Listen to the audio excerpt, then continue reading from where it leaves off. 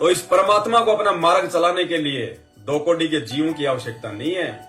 परमात्मा के वचन में शक्ति होती है, उनके शब्द में शक्ति होती है। सतगुरु जो चावे सो कर दे, भरम पड़ो मत कोई, सेव धड़ पर शीश चढ़ावे, पाछे करे रसोई।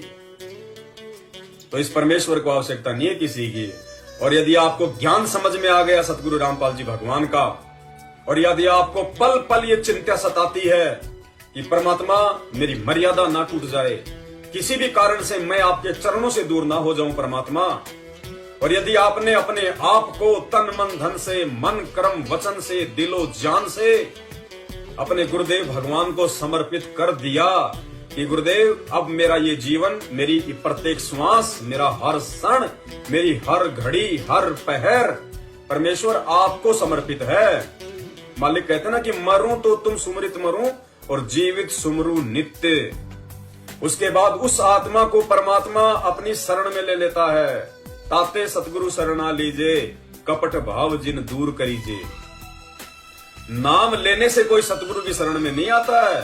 नाम लेने के बाद जो पूरी तरह से गुरु जी के प्रति समर्पित हो जाएगा इस भाव से, जिसके जीवन का दूसरा कोई मकसद ही नहीं होगा, न बच्चों को ऊंची ऊंची शिक्षा दिलाना, न बच्चों की नौकरी की टेंशन, ना कोई कार कोठी बनाने की टेंशन, ना कोई फैक्ट्री बनाने की टेंशन, ना कोई रिश्तेदारों की टेंशन, कुछ नहीं, ना कोई मान बढ़ाई और इज्जत की टेंशन। एक ही टेंशन कि परमात्मा के चरणों से दूर ना हो जाऊं। कहते हैं उस दिन आपको परमात्मा असल में अपनी शरण में लेगा। ताते सतगुरु शरणा लीजे, यानी उसको परमात्मा अपनी शरण में लेता है।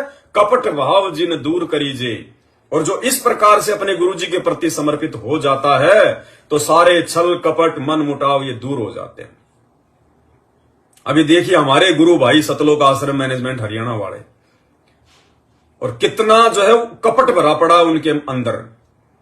अभी ये राजस्थान के अलवर में कोई बाबा बालकनाथ की बीजेपी वालों की रैली थी।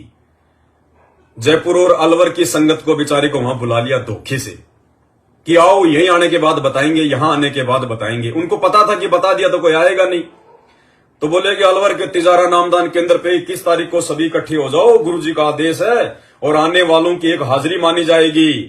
अब भक्तों को ये तो बताया ही नहीं कि भाई क्या काम है वहां पे। उन्होंने सोचा भी हाजिरी लग जाएगी, तो बेचारे हाजिरी के चक्कर में वहां पे दौड़ के चले गए।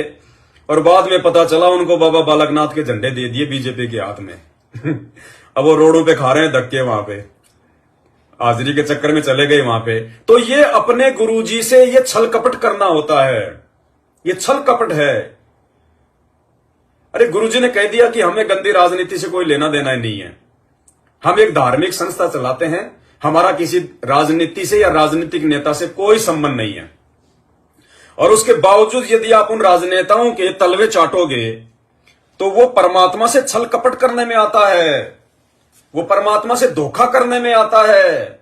यानी हर वो वचन जो आपके गुरुजी ने आपको दे दिया सत्संग के माध्यम से, उस वचन के विपरीत यदि आप खुद की अज्ञानता से या किसी के कहने से चल रहे हो तो वो अपने गुरुजी के साथ में धोखा करना होता है, गुरुजी के साथ में छल कपट में आता है। इसलिए तो आए दिन इनकी अकाल मौतें हो रही हैं, यही कारण है।